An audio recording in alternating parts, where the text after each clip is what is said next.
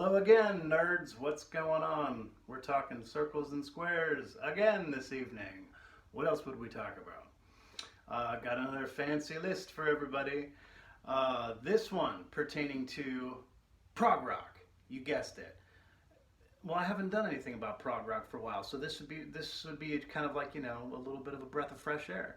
For all you nuts and nerds out there that appreciate progressive rock and all things under that grand rainbow. So I wanted to do a list that, like I said, pertains to progressive rock. This is going to be, I don't know if I'd say probably the most kind of objective type of list that I've ever done. I assumed that eventually I would have to do a list that would kind of stir the shit pot, so to speak. Not that that was my intention for this episode, but this is certainly going to be one of those episodes where I think people are going to probably have a little bit of kind of, what? Kind of ideas in their head. Everyone's got their own ideas in their head of what, the best or the greatest or whatever you want to call it. I'm not doing the best or greatest prog rock albums of all time. I'm still going to make it mildly subjective, so that I don't, offend too many people's sensibilities. I'll get into a little bit more of kind of a descriptor, so to speak here. I obviously didn't grow up in that era where rock and roll was progressing into something that was new, inventive, fantastical. And so, I'm a child of the 80s and 90s. That story was already written.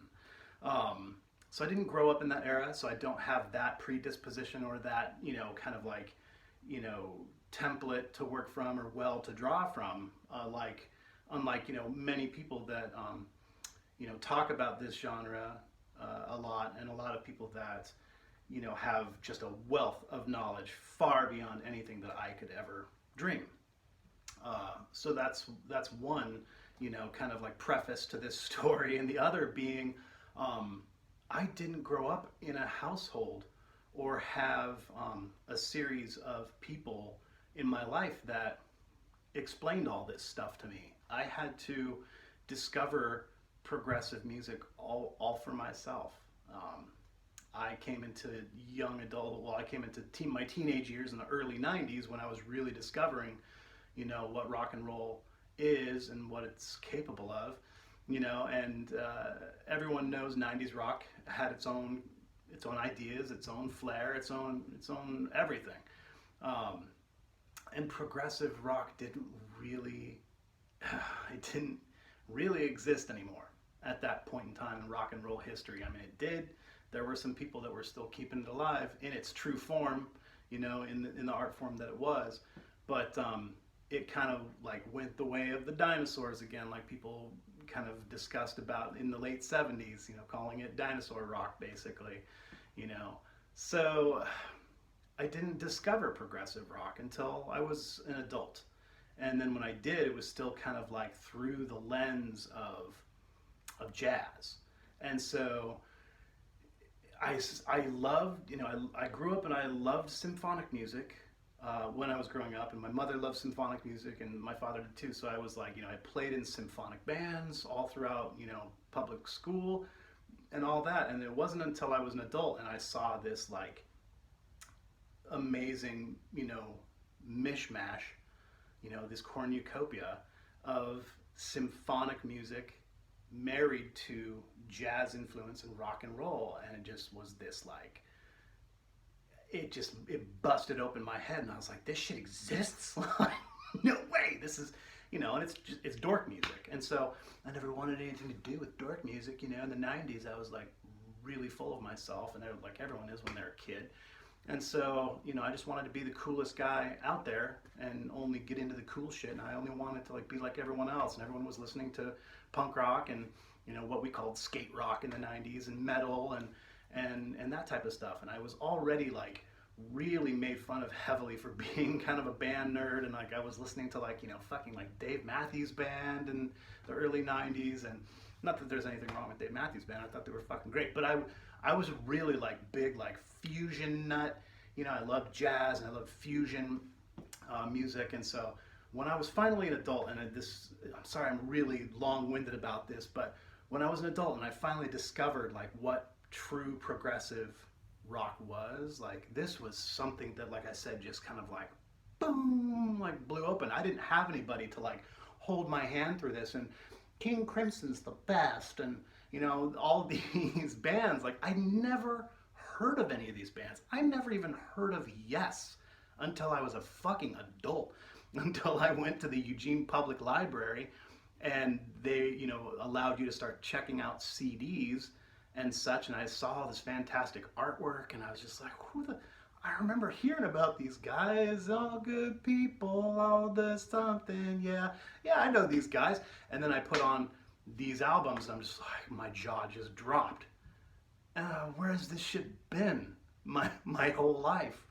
And of course, that just started the ball rolling into the magic, the wonders that is progressive rock. So let's get into it. This is going to be a list of albums that I feel are the most influential and the most important, really, the most influential and the most important albums in prog rock history. So there's that. Everyone's going to disagree to a certain extent, I'm sure, with this list that I've created, but let's just dive right into it.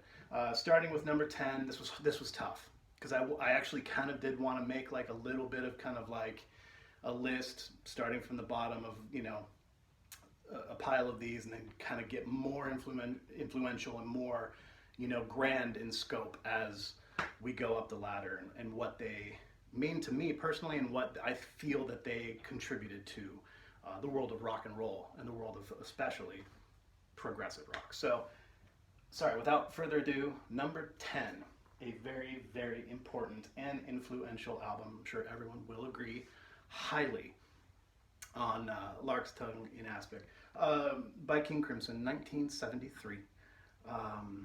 Many reasons behind why I chose this one. Starting at number 10, you know, why didn't you pick Red, or why didn't you, you know, whatever. It's okay. Many reasons. You know, beautiful artwork, obviously. This being the beginning of those sessions with the most intense, most impressive, the best faction of King Crimson. Bill Bruford, fresh off the boat, fresh off the Yes boat. The best thing that ever happened to progressive rock. Bill Bruford leaving Yes, where I thought that he was a horrible match for that band. Everyone knows my opinions on Bill Bruford in Yes, and I won't get on to that negative end of things, but what a fantastic fit. Joining the group with Fripp, and then of course John Wetton also introduced into this wonderful fold, and so you just have this trio, you know, born out of, you know, whatever chaos that the world was giving them in the UK at that time, and just absolute magic being made. I picked this one because this was the beginning of those sessions, and that's what we got out of all of this beauty. Was we got Starless and Bible Black, you know, which came out, you know, only months later as like kind of like a pseudo, not an EP, but it was just kind of like a continuing thought from the sessions they had with this. And then then Red came a year later, you know, so from 72 to 73, or I beg your pardon, this was in 73, early 73. The sessions, of course, they were creating this music in 72, and Wetton and Bruford first joined up with Fripp. And then they went in the studio, recorded this masterpiece, and then just like the fucking blood was flowing, you know what I mean? And so Starless and Bible Black, amazing, which gave way to, everyone knows, the mastery of, you know, Red. So that's why I picked this. This was the beginning of all of that just really incredibly important brain stew of these three dudes, like just making incredibly important art rock slash progressive rock and experimental rock from places of jazz. Um, Obviously, minor influences when it comes to symphonic music. They all, when you grow up in the UK, in the 50s and 60s, you are forced to study symphonic music. I wish that would have kept, that tradition would have kept going into especially, places like the United States, where, in my opinion, music should still be a required subject. Of course, we all know how that ceased. But this being a hyper influential, incredible piece of masterworks. Sorry I didn't mention the fourth gentleman. I always forget his name. Very sorry. David Cross. They began to introduce strings, fiddle, and on this album, pretty wicked cool. Really added a lot, rather than all the, the winds, the saxophone, and things like that. So really kind of a breath of fresh air and taking it into a whole new place, which I love and appreciate a lot more than the slaughtering saxophone sounds. No offense to anyone that plays one of them saxes, but whew, nothing ruined my musical experiences all throughout my formative years of like I said, playing in symphonic bands and jazz bands and all sorts of pit orchestras and whatever else. There's always that fucking tenor saxophone player that just fucking ruins everything for you. It just putting their indelible god awful stamp on the music. Sometimes it's fantastic. Most of the time, 90% of the time, saxophone ruins my jazz, ruins my dope jazz. So I'll quit going on about this. We all know this album. We love it. It's mastery. So yes. Okay. Moving along, another highly, highly influential, very, very important album, which I'm sure you'll all agree with, number 9 on my list, Emerson, Lake and Palmer's first self-titled masterpiece. Where to begin? I mean, Greg Lake jumped ship, wanted to do his own thing, came from King Crimson, and wanted to start this incredible project. And I'm not going to talk out my ass. I don't know exactly how all that went down. Of course, Greg Lake going from King Crimson, maybe he wasn't happy, maybe he was, maybe he just wanted to be a little bit more of himself and rather than be, Robert Fripp's, whatever. He deserved the limelight. The guy's a fucking genius. He's a really great guitar player, of course, primarily playing bass, and amazing vocalist. In my opinion, one of the best vocalists of progressive rock history. I think he has a fantastic vocal presence, fantastic voice, what he can do. And of course, Doug, Keith Emerson, Carl Palmer, those guys are amazing. The trio, fantastic trio. But what really the magic being was just like the wealth of songs that they each had to bring to the new trio. Starting off, the hits on this album, it just, I couldn't imagine a better put together album as far as like the way they just kind of like, stitched all of these things together. It's like, that Emerson has like so much going on and so much to provide and so much to put out, but the ego of Greg Lake and whatever, they just, that they had to work really hard to give each other what they needed and to provide for each other and to really still make it so that the music wouldn't suffer. The Barbarian as an opening track, nothing catches your brain more than that. It just like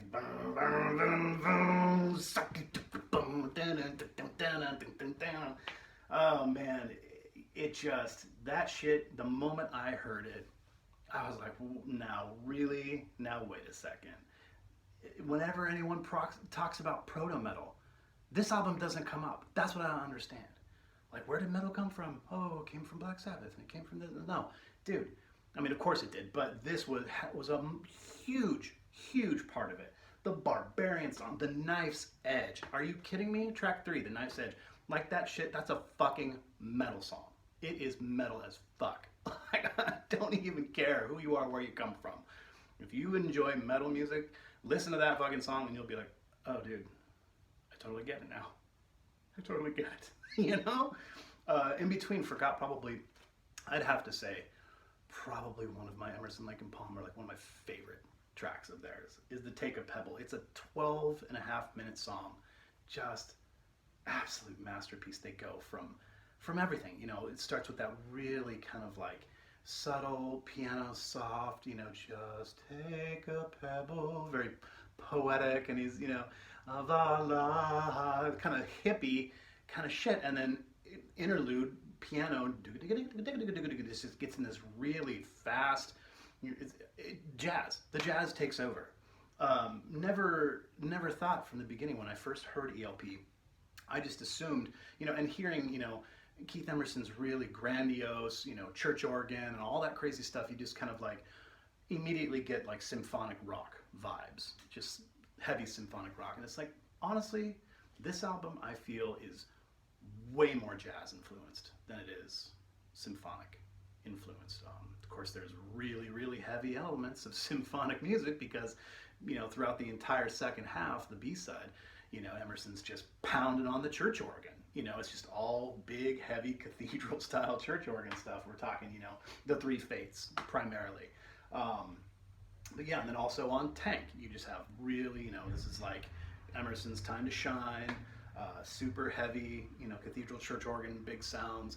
But yeah, and then finishing off with Lucky Man, I mean, come on, there's, you know, just elements of, you know, hippie acoustic rock. Well, of course, coming from Lucky Man, it's kind of an acoustic, you know, song. But even on, you know, that very end part in Take a Pebble, you know, there's like, you know, there's like campfire clapping, you know, acoustic guitar stuff going on. Like, just what a fantastic album.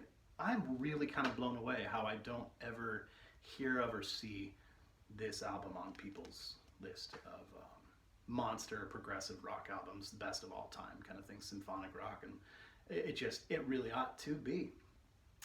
Brain Salad Surgery and Tarkus are always on everyone's list, which I get, I understand, but I think this one is just so much more well-rounded and just so much more kind of just like, they really were like, we've got all this shit, all this fire in our soul. Let us show you how it works. And they do. They're just like, bam! Dynamite. Absolute dynamite, this album. So, number 9 on my most important and influential progressive rock albums. Okay, moving along. Of course, you're going to see the inevitable here. Has to be brought out. Very important album to me personally. This has a lot of history with this guy up here, right around here. Maybe I should get into the personal story.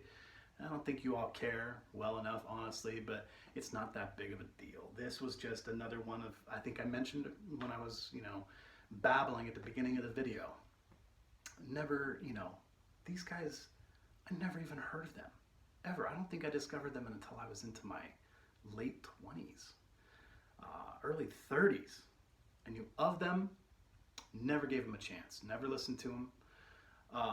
And how bizarre is that? You know, some kid of the 90s, and suddenly he's 30-something years old, and he discovers this, like, 60s and 70s prog rock band, this art rock band. And it changed my life. Everyone is well aware, if you know anything about progressive rock and the band's history, the inspiration of this album and where it comes from and what it means. Footnotes in the, sorry, not the Bhagavad Gita. It's from like the Tibetan Book of the Dead, right? And that's where he gained all the lyrical inspiration for this. John Anderson, kind of, you know, obviously heavily inspired by Eastern, you know, guru type stuff, and just wanted to really take that to the hill. And it meant a lot to him, and obviously it means a lot to a whole generation of people who were, into spiritually enlightening and bettering themselves. Which, shit, I can grab onto that. It's awesome. But I mean, the art, and from the moment you drop the needle on this sucker, that soft chanting mantra that they're all involved in, with the light dusting on the ride cymbal by Alan White, and just all of the vibes and emotions you get before it just like I'm going to start getting all misty-eyed. I get misty-eyed when I talk about Yes. Isn't that ridiculous? No, it's not ridiculous. This band has those vibes. They bring up some of the most, not pent up, but just some of the most like beaten down emotions, I think, that people, and maybe in men, and I don't know, it's hard to explain. All of those emotions and all those things start bubbling up to the surface when I listen to Yes. They mean that much to me, and I think lyrically they're underwritten. Like, no, everyone just kind of like, oh, it's just a bunch of weird ass jumble. He doesn't know what he's talking about. He's making up all kinds of words and this and that. And it's like, okay, sure, a lot of that is probably true, but in his head it makes perfect sense.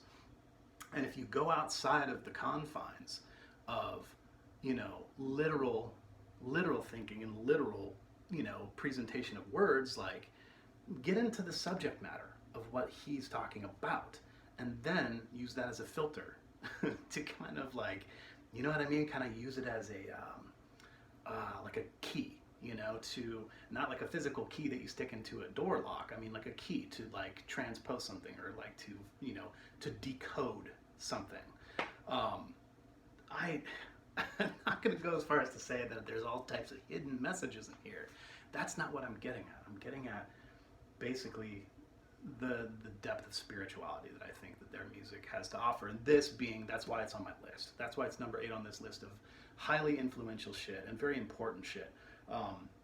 Because this album got a lot of shit. When it was released, I've read a lot about it, and it still does get a ton of shit, and how it's just written off as just a bunch of just, people use the word bloated, and people use the word just really kind of self-serving. And it's like, this shit couldn't be anything further from self-serving. It had nothing to do with that. They wanted to create what was in their souls and what was in their heart. And I think they achieved that. It's unfortunate that, it was written off by one of the band members themselves. Of course, we're all familiar with how Rick Wakeman feels about everything, because everyone's so fucking hung up on his opinion of everything in Yes, which I don't fucking get. Yeah, he's an astounding pianist, or whatever, keyboardist, but he's not the make-all, be-all, everything of the band, and he never was. He just was an egomaniac, a fucking egomaniac, pure and simple, who's pretty good at the keyboards, and he was a member of the band when they created one of their biggest, masterworks that people will call one of their biggest masterworks. We're talking the Fragile years and the Close to the Edge years, but beyond that, like, there's a reason why he couldn't hang in this era with this album, is because he was getting boring. He was getting uninspired. It wasn't the fact that he was uninspired. His shit was already played out. He'd done everything he could. He needed to go do his solo works, and he needed to go be himself and be the man on the stage with the sequin cape. And everybody would look at Wakeman. That's what he needed to be. That's not what these guys were doing at that time. They were doing something that was greater than themselves, individually. I mean, they were a collective. That's what this album means to me. Also an extremely important album, because that was the end of Wakeman with them. Not being hateful, I'm just saying that's why it's important, because ushering out the stuff that didn't need to be a part of it anymore. And they brought in Alan White, which I think was just as, as much of an integral part of what, their entire metamorphosis being. This album is metamorphosis. New drummer, getting rid of the keyboardist. They were soon to bring in another keyboardist. This has some of the best guitar playing by Steve Howe on all of their albums, in my opinion. The soundscape, everything. what John Anderson was doing with his vocals, and as well as all the percussion instruments he was playing. He added to guitar work. He added to, I mean, damn near everything. People forget that John Anderson is a multi-instrumentalist. He plays at least 10 instruments. You know, give me a break. Chris Squire's stamp on this album couldn't be anything more but genius. You know, vocally and the bass guitar. An incredibly important album. Don't even know what more I can say about this besides it is my favorite Yes album, by far. I discovered this album when I was deep in the depths. Sorry, that was really redundant. I was way down in some very depressing, dark places. The throes of addiction, the throes of a lot of terrible things. And I'll be honest in saying that this album was a huge part of my, you know, coming back to the light. So, thank you, Yes, and Tales from Topographic Oceans for helping me come out of the dark. That's what this album means to me.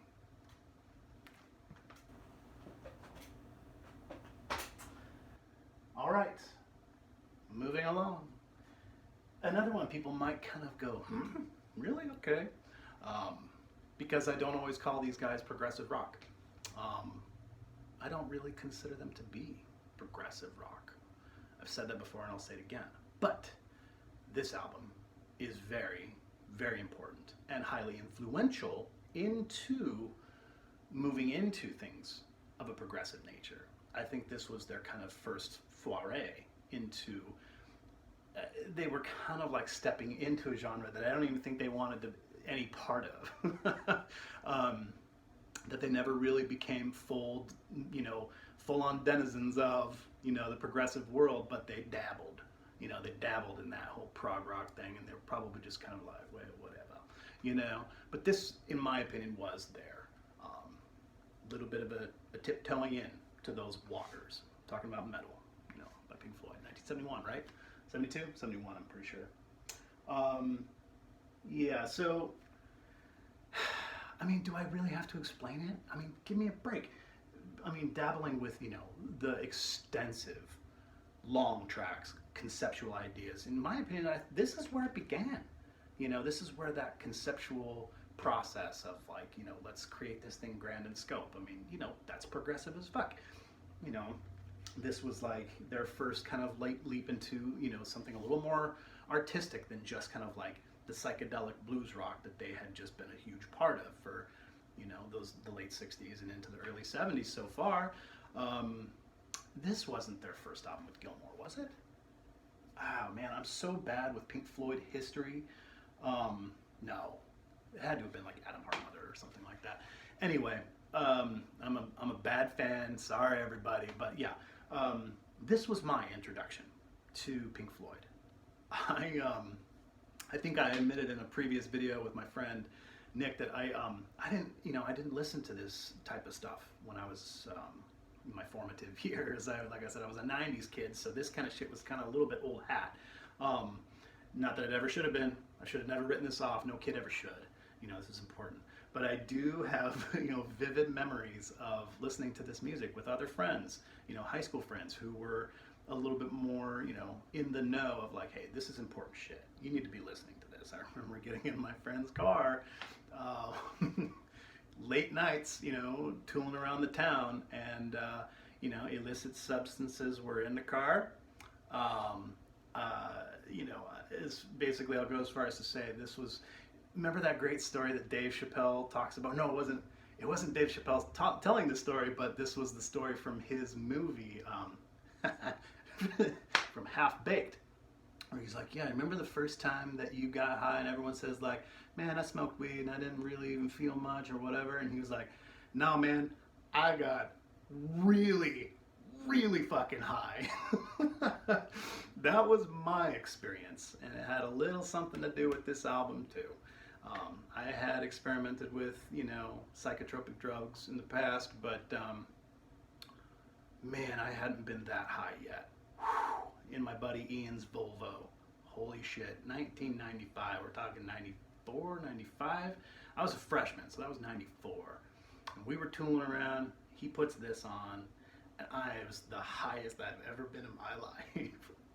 One of these days, I'm gonna dash you into little pieces. I fucking lost my mind. I mean, not in a bad way, but I did. I pretty much, my mind just popped. It was great. It was great. I spent the rest of the evening with those guys and just going, thank God for Fearless. I needed that.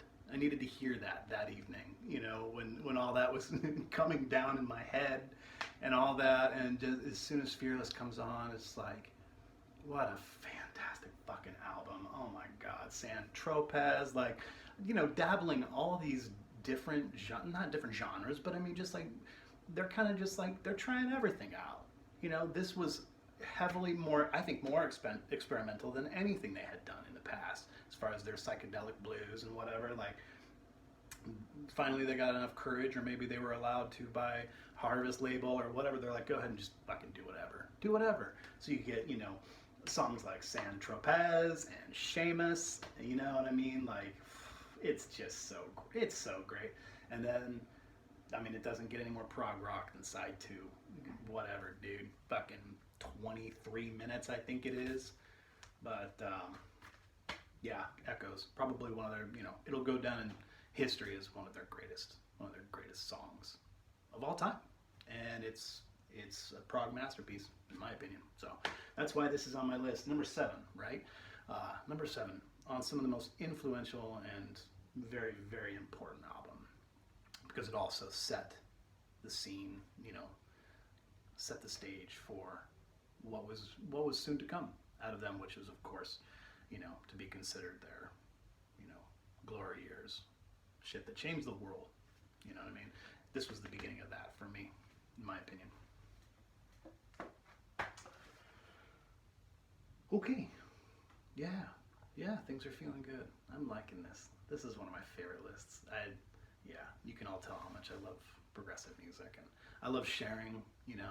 Everyone's got these albums in their collection, of course. This isn't anything fantastic, any gems or masterpieces, but I just like kind of, giving you all a sense of kind of how I feel and where I'm coming from, and why I feel that these deserve to be on this list, and why,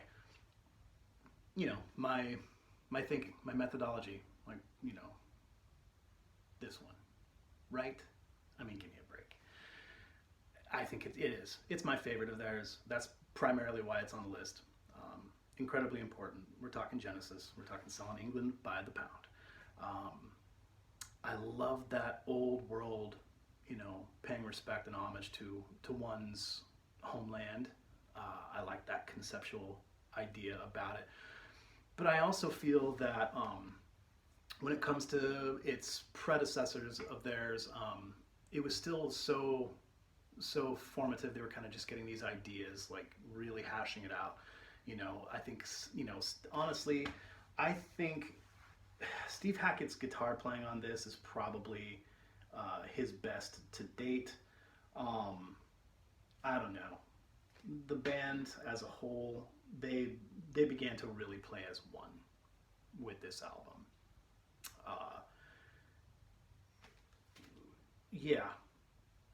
I mean, I could tell you all the names of the tracks and what they mean to me. I mean, Firth of Fifth, it's got to be one of my favorite songs of theirs.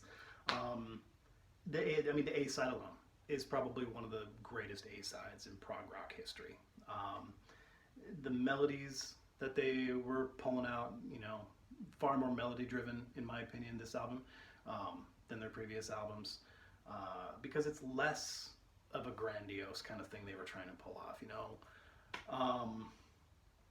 I don't know.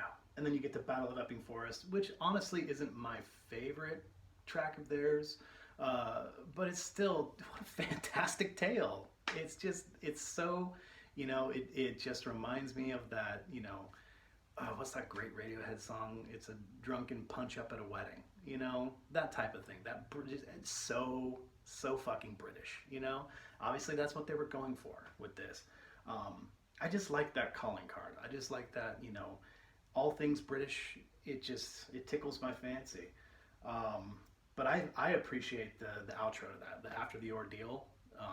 Real kind of just beautiful, lots of acoustic guitar, more symphonic kind of feel to it. I love it, appreciate it. The Cinema Show song, little poetic genius in there. What does he say? Um, like a man, uh, like the sea I raged. Once a man like the sea I raged. Once a woman like the earth I gave. Um, Something about more earth than sea. It just Gabriel's. I mean, he was hitting some real serious nerves with his poetic, genius on this album. You could tell that these men put a lot of love and energy into this album. They were very prideful. I don't know, prideful has kind of a negative connotation to it, but you could sense that they truly did. They do love their place of origin and what it means to them. And I don't think there's anything inherently wrong with that. We live in a time and place these days where it's almost kind of passe or kind of a negative thing to have any sort of like nationalistic kind of tendencies or feelings. I can agree with that to a certain degree. Governments don't do the greatest work, do they? But to love your land is, it's just in you. It's not a bad thing. It's part of your soul. It's where you come from. I have, big feelings for Oregon. I have big feelings for even like, a part of the world that I'm not even associated with at all, besides the fact that like 3 generations down the line, that's where I come from, is that region. And I don't know, I feel it. I feel it in my nerves. I feel it in my blood. I love the shit out of it. This album just, it's really touching, endearing. I love the shit out of it. It belongs on any list that is like top prog list of all time, whatever you want to, it ought to be included in there, as should like many Genesis albums. I really appreciate how Phil Collins started to really kind of pop out of the woodwork a lot on this album. You especially hear it. I think it was the last on the first side, more Fool Me. I think primarily all the vocals on there were Phil Collins up front. I think Gabriel did a lot of the backing. He started to kind of like poke his head out of the woodwork a little more. I appreciate that because everyone knows, Phil Collins is an absolute fucking genius. His drumming, his singing, his songwriting. He definitely deserves to be up there with Gabriel and the rest of them. Everyone's got that whole, oh, Gabriel years are better and blah, blah, blah. It's like, give me a fucking break. Who cares about that shit? They're all amazing. You know what I mean? Rutherford, they're all amazing. Especially, this album, Banks's shit really sings on this album. It was fun. Like I said, they were all kind of like finally getting like really courageous. And their technicality was just, they were getting better. They had been practicing. And so, yeah, definitely deserves top-notch shit right there. Selling England by the pound. It's all British. All the best is British. I mean, I should dig deeper. I know that there's like a lot of really fantastic Italian prog and a lot of like European, prog out there that's just like phenomenal. I know there is. For some reason, you fucking limeys, man. The British, and they just really, they got a lockdown on the progressive scene. 60s, 70s, and 80s. Another group doing it like the bosses that they are. This is gonna be number 5, maybe? Something like that. I lost count. This has gotta be like 6 on the list. Camel, again, with the camel. Jeez, Mage. They're amazing. They're absolutely amazing. This one is really important, incredibly influential. I say because, everyone's going to be like, dude, Snaggoose, it was before this. Yeah, I know, but it was a symphonic rock album. Let me start over. I just think that they go hand in hand. They're like salt and pepper, you know? And I just feel that this one isn't more important. I think it just has more to offer the world. I like the conceptual design of the Snow Goose, and I think that's rad. And I think that is just, it's reserved for the list of like the symphonic and the conceptually based. This is not that. This is a progressive rock album. Um, I love, I mean, it's thematic because we're talking Moon Madness, the title track. You know, it's just like, maybe they're, you know, I haven't really dug into the lyrics that deeply. I'll be honest. There's like fucking 8 lines of lyrics in this entire album, a 40-minute album. There's only 2 tracks that even have any vocals on them. I don't remember exactly which ones, but it's the, I think it's the first track on side 2, Another Night. And then, yeah, I'm a bad fan, I guess. But I'm almost positive. There's literally only 2 tracks on this album that even have any fucking vocals. And when there are vocals, we're talking 2 stanzas, like 4 lines, and then 4 more lines. And I think even the second stanza, he like repeats like a couple of the lines. That was in something long. Dun, da, da, da, da, dee. I don't even listen to the lyrics because I don't even care. Latimer lets the guitars do all the fucking talking.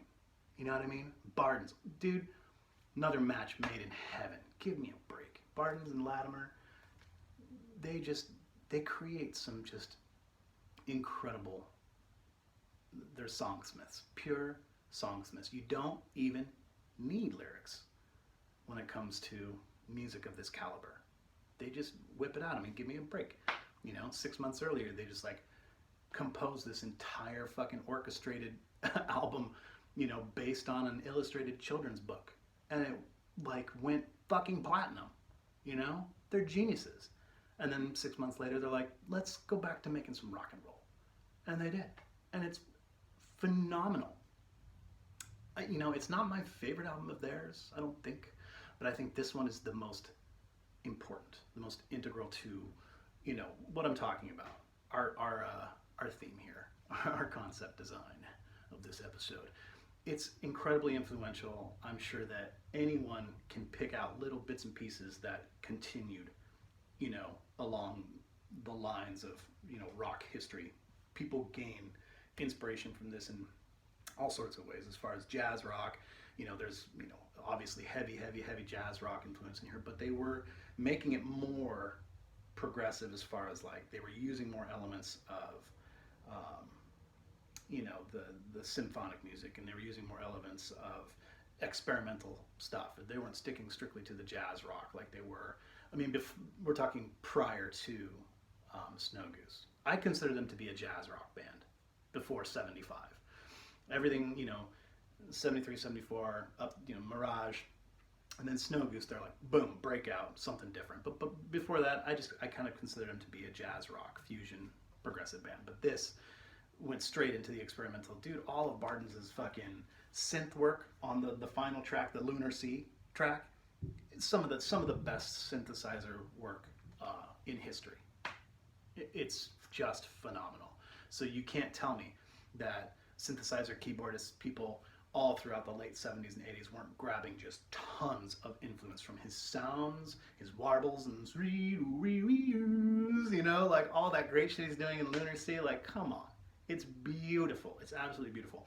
Dude, Latimer, the guys, I think probably his best guitar work, in my opinion, his best rock and roll voice.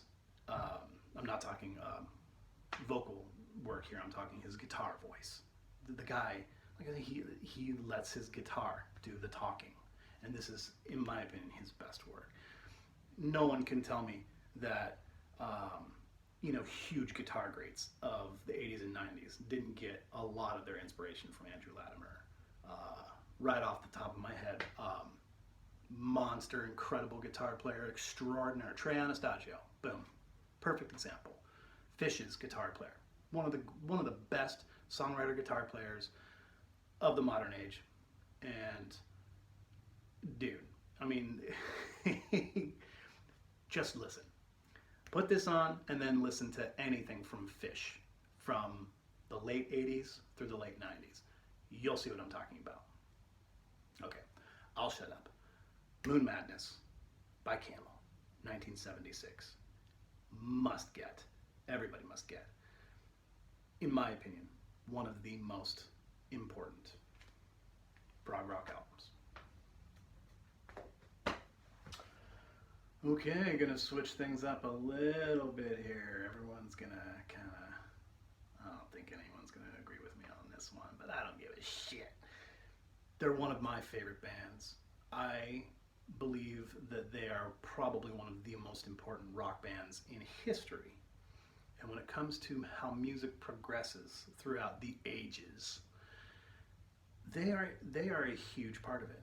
They're heavily integral in what rock and roll music has done and where it has gone. And I think that, especially from where they began as a band and what they did within their own microcosm and what they did for their fans and everyone that loves and associates themselves with this band, they embody the spirit of progressive rock. And of course, what they did for the metal world was extraordinary. Of course, I'm talking about Tool. This album specifically, this is Lateralis, 2001, the release date. Prior to this, they were a metal band. They were breaking out of the confines of kind of that early 90s, mid 90s, kind of like they didn't want to remain as part of this kind of like pigeonholed as this like metal band, this just another metal band. I've heard and read interviews of them in that era, and they're like, we don't even want to be called a metal band. They're like, when we think metal, we think of like, you know, Twisted Sister and fucking, you know, Savage and blah, you know, that stuff. They're like, we're not that. We don't want to be associated with that. They've always compared themselves, you know, more to like Pink Floyd and Genesis and things like that. I mean, you can tell that, you know, their singer, Maynard James Keenan, the guy just emulates everything that Peter Gabriel ever did. His side project, Pussifer. Like, give me a break. That's like a complete ripoff of all of Peter Gabriel's early solo career stuff. His first two albums, like, it could be the same band. It sounds exactly the same. But that's what I mean, is like, these guys, they wanted to break free of those confines of like that mid-90s metal thing. They're like, we don't want to be associated with the fucking Deftones, and we don't want to be associated with Mudvayne or whatever was happening. I put my blinders on. After 97, 98, I was like, this is fucking embarrassing. Like, I don't want to be a part of this, you know? And they didn't want to either. After Anima, I feel that they reinvented themselves. And anyone that is a moderate Tool fan or somewhat of a Tool fan or maybe even a big Tool fan, they consider themselves to be a big Tool fan, they'll be like, whatever, like, it's the same sound. No, it's not. It's a completely different sound. Not even just the production value and what they were doing. In my opinion, they fully reinvented themselves as a band between the years of 1995 and 2001 when this was released. They're a different band to me. They're a completely different band. In my opinion, they changed the face of art rock, of what was considered to be progressive metal. That's what you want to call them. I mean, they could be. They could just be called progressive metal. I don't even know what I call them anymore. I can't really call them anything. They're just Tool. I feel that this was incredibly important in the world of rock and roll. Hugely influential. So much so, they're like one of those bands that people have tried to kind of like, not recreate, but they've tried to like pull more than they're allowed to from a band, you know? Like, that happened once, like in the late 90s, that band Chevelle, I think they were called. And it's like, dude, you tried too hard. You flew too close to the sun. You fucking suck. You're ripping those guys off way too hard. And you just can't, it can't be done. You can't rip these guys off, because then people are just like, you're automatically, you know, just written off as like, well, you're just trying to do exactly what these guys just like invented. They didn't invent a genre, but they just, boy, they kind of copyrighted a style, didn't they? And I won't go on to the intricacies of what they do and what they can pull off, but it's monumental. This album especially, I feel it changed the face of heavy rock, hard rock, progressive music because no one was making anything like this at the end of the 90s and the early 2000s. It was definitely pushing the envelope. You know, people will kind of say, well, but the Dream Theater, Aaron, and this, and it's like, yeah, I guess, but I don't like that stuff. I mean, I'm not going to hate on it. It definitely has it's pretty wicked cool in a lot of ways, but this shit's just so much better. So I'll shut up about this. I think a lot of 50% of you people are going to be like, I get it. And the other 50% are going to be like, you're a fucking moron. So, whatever. Call me what you will. I think this shit is incredibly progressive, and it continues to be. They've been around for 30 years now. I hope they're not going anywhere. They're probably going to make a little bit more music. I think they got a little bit left in them. We'll see. But thanks to these guys, you know, heavy metal music will continue to like keep progressing. So, okay, we're getting heady now. It's getting heavy. We got 3 left. Pretty sure that all of you know what these 3 are already going to be, or at least have a basic idea of what they're going to be. And unfortunately, I'm sorry, the way things work out in this genre, in this world, sometimes you kind of have to, cover your bases fully, and you might have to rehash, so to speak, or kind of just like bring out the same fucking bands that we've already introduced into this video. So, I mean, I'm sure you all expected this to happen. Of course, number 3, In the Court of the Crimson King. I pulled this out before. I'll probably pull it out again. It'll keep coming out because it's a fucking masterpiece. It's a perfect album from start to finish, in my opinion. Ergo, it gets the stamp. Most important, one of the most influential, the band we were just talking about, Tool. You wouldn't have Tool if it wasn't for this album. Or at least, you know, if it wasn't for the band. But this is where it all began, you know. You wouldn't have Bill Bruford's style. Bill Bruford ripped off his entire drumming style from John Giles. He wanted to drum just like him. Everyone usually, actually, when I talk to people, they think that Bill Bruford drums on this album. I'm like, no, Bill Bruford just ripped off John Giles' entire style. Yeah, it's the truth. You know what I mean? Greg Lake, bam, on vocals, bass guitar, killing it, absolutely murders it. He's a genius. So much so that he's like, well, that's enough from me. I'm gonna go do my own thing. Good luck, guys. You know, I mean, I could go on for days and days and days.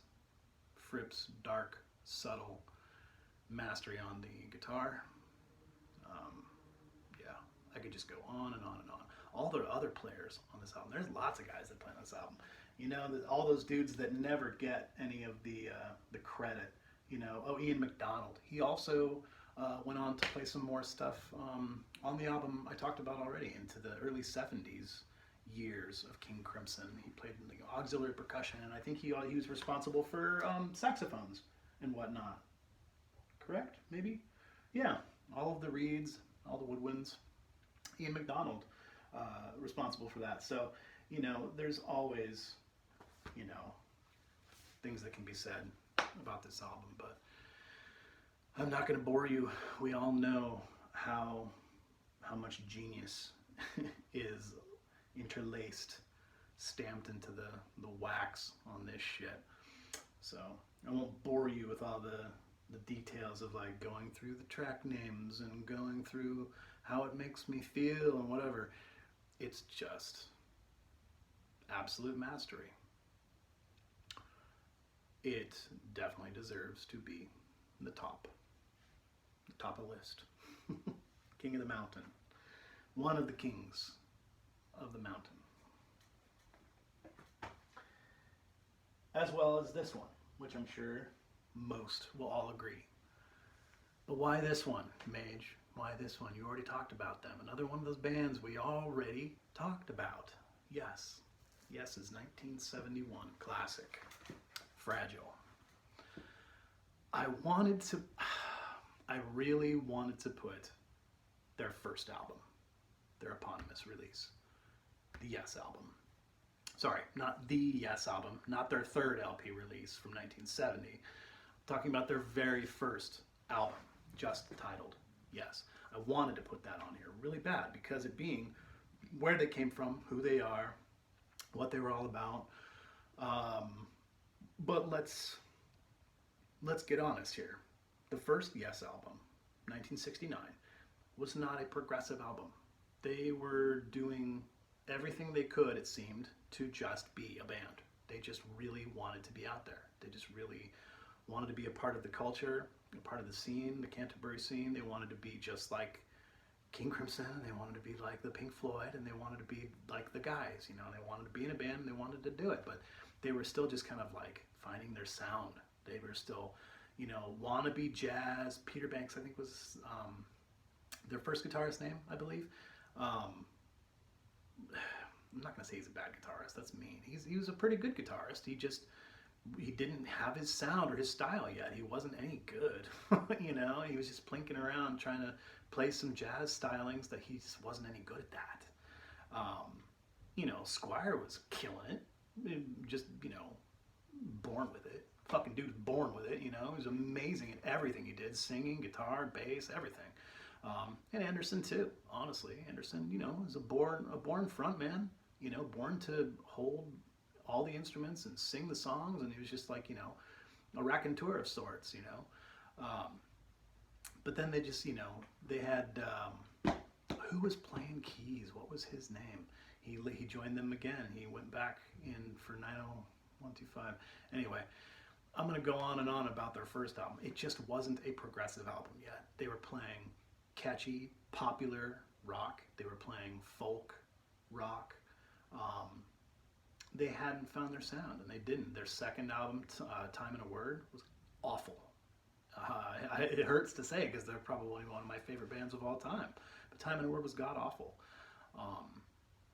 Couldn't do anything with it. Couldn't find their sound. They picked up, you know, Guitar Man, Steve Howe, finally for their third album. Then they called it the Yes album again. Terrible name for the album. Terrible cover art. I think it's probably one of the more overrated albums by them. Not a huge fan. The production value is terrible. But thank goodness, everything was in the works. You know, they picked up what's his butt, got him on keys. So that added to their element. That made them start thinking about this progressive sound and this symphonic sound. And so when you have somebody that has that much of a background in symphonic and classical music, you know, I'll be honest, you know, it's hard to, you know, give a bunch of love to Rick Wakeman because he's such a fucking twat, but, you know, he brought them into the limelight. He brought them into a place where they deserve to be. They deserve to be noticed. They deserve to be noted. And that wasn't just because of Wakeman, but he did have a lot to do with it. And it showed, and you could see that it brought the best of each of those guys out. And that's why I love this album so much, because they each got their own kind of like individual vignette. They wanted to make sure that everyone knew that individually, they were masters. They were masters of what they did. So that's what you have in this album. It's just that wonderful, you know, pastiche of their own individualistic, you know, you have, you know, Wakeman's, you know, he does a Brahms piece in there, which is, you know, typical of what he was doing. He was just basically ripping off all of the classical guys and just playing it as fast as he could in weird manners, so it made him look really great. And that's basically what he was doing throughout his whole career. But you know, most importantly, you have Steve Howe being highlighted here for the couple little things that he gets to do, and it really shows his awesome styles and where he got his inspirations from, and being in places like, you know, the blues world from, you know, the States, and all kinds of great stuff like that. You know, his Mood for the Day, and just goes down in history as just being some really great shit. I mean, he played it for like 50 years straight, even though, up until, you know, he was looking like the goddamn crypt keeper on stage, trying to play Mood for the Day, like almost getting blown over by the wind. But, you know, still kicking, still doing it. But most importantly, you have the radio hits. That's what got them. That's what got them what they deserved. They were finally on the radio. They made it with a roundabout. You know, there's a horrible, like 3.5, 4-minute version, chopped up version that you can still hear on the radio, you know, 40 years later, 45 years later, sorry.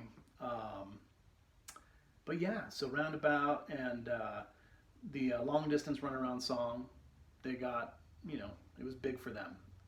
The reason I like this album so much, and I feel like it's so important, because it was kind of like really ushering them into the progressive movement. Like their music was beginning to really take flight and really get experimental and do that kind of thing, where it was truly progressive, was this album. We're talking South Side of the Sky, okay, Heart of the Sunrise, just those 2 tracks.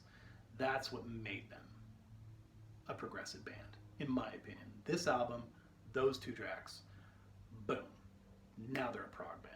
Now they're heavyweights. I mean, South Side of the Sky, heavy thematic stuff we're talking about. The poetry, you know, even the playing. Dude, Squire's sound, his bass sound on this album, I mean, bass players till the end of time will be trying to emulate his bass sound on this album. Just superb, absolutely superb. And, you know, how even better shown than Heart of the Sunrise. I mean, give me a fucking break. Talk about, again, proto-metal. I see all these lists online, you know, about, let's talk about proto-metal. You know, what band is, you know, metal and they didn't even know it, or whatever. Like, dude, you know, fucking break. Heart of the Sunrise, that shit is metal as fuck. And it was fast, it was furious. Not incredibly difficult to play, but that doesn't matter. It really had an edge, dude. That shit was punk before punk was punk. Like, I'm not saying that's where it came from, but I'm saying it has those elements. You know? Fucking mastery. Absolute mastery. And of course, you know, this was the beginning of the relationship with, you know, the artistic mastermind of Roger Dean. And thank goodness, you know, these guys getting brought into the forefront of everyone's attention. You know, it deserves to be always top 3. Most important, most influential, most kick-ass. It really does. It's through and through, pieced together. I don't know if this was, production-wise, if this was Eddie Offord's first album with them. It had to have been, because it sounds like it was. It was engineered by Eddie Offord. So, yeah, began the relationship with them, and he produced their next, like, at least two albums. I know he did Close to the Edge, and I think he did Relayer, but Topographic Oceans as well. So I'll stop babbling about Yes. We all know that they deserve to be way at the top of the ranks. So, love this album. Love it to death till I die. Number one, in my opinion, the most influential, most important album in prog rock history. Here it is. Days of Future Past by the Moody Blues. Some people might understand what I'm talking about. Some may not. This album was made, 1965? I'm bad with my dates right now, but I'm pretty sure. No, they got together in 65. I think this was 1967. So this was predating, a lot of other stuff in the similar style that was soon to happen. Canterbury, the UK, but these guys being part of that kind of like jazz house, coffee house, beatnik, kind of like we're gonna take all this cool, dark, intense poetry and imagery and all these feelings we're having and all this emotional stuff, stewing and a brewing within us, and all of these, amazing talents we have with all these musical instruments and poetry, and we're just gonna put it into this amazing kind of like art piece, and let's make a theme surrounding this, and boom, progressive rock is born, starting out in the form of just kind of like art rock, pseudo psychedelic rock. People call them a psychedelic rock band. I guess I kind of do too. In my opinion, this was it. This album specifically, I believe this was their second album. Their first one didn't get a lot of acclaim. They didn't really have like kind of a vision or kind of like a motive. And then they had this idea, spanning a concept album, spanning the day, starting with the morning, ending with the night, and everything in between. And just what a beautifully drawn out artistic collaboration and composition. Every moment of this album is a thing of beauty. This brings back so many good memories for me. My folks, my parents both, were huge fans of the Moody Blues. It was on the house, the music was on in the house a lot when I was growing up. But this has some of my first musical memories, like that I can even remember as a very, very, very young child, wandering up to the record player. When I hear that piano riff from Tuesday Afternoon, and it gets me every single time. It's so fantastic, way down deep in the low, low register at the end.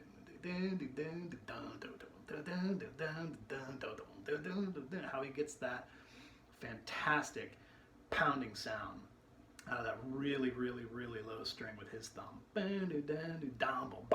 It's like, almost doesn't even sound like a piano. I mean, just beauty, mastery. As it pushes along, Nights in White Satin. I mean, come on. It's the greatest. It's not the greatest of all time, but I think it's probably the most important and most influential progressive rock album of all time. That's just my opinion, and I'm sticking to it. I guess I don't really have much more to say about it. I could go on. I could tell you some really interesting things about this album and its connections to me personally, but I won't gross you out. I was conceived to this album. There, I said it. It's kind of hilarious. It's a great talking point. I love bringing it up when I mention this album to people, or I recommend it to young kids. I'll recommend it to guys that I see in the record store. Like, hey man, you ever heard of this shit? You need to listen to this. This is really great. Man, I was conceived of this album. They'll kind of look at me like I'm fucking losing my mind. Well, yeah, I kind of did. Anyway, I think it's probably the most influential and probably the greatest prog rock album of all time. So that's what I mean. I'm sticking to it. That is going to conclude our broadcast for this evening. I'd like to thank you all again for joining me, like you do every week, for my silly little lists and all the goofy shit that I say. I appreciate every single one of you. Please like and subscribe to my channel. Tell your friends. If you have people in your life that are also music appreciators and or record collectors, tell them about my silly little channel. It'd be fun to have some comments, some ideas, some suggestions, some hate mail, give it to me. I don't even care. So, again, signing off. Thank you all. I love you all. Play your music. Play it for each other. Play it loud. Square the circle.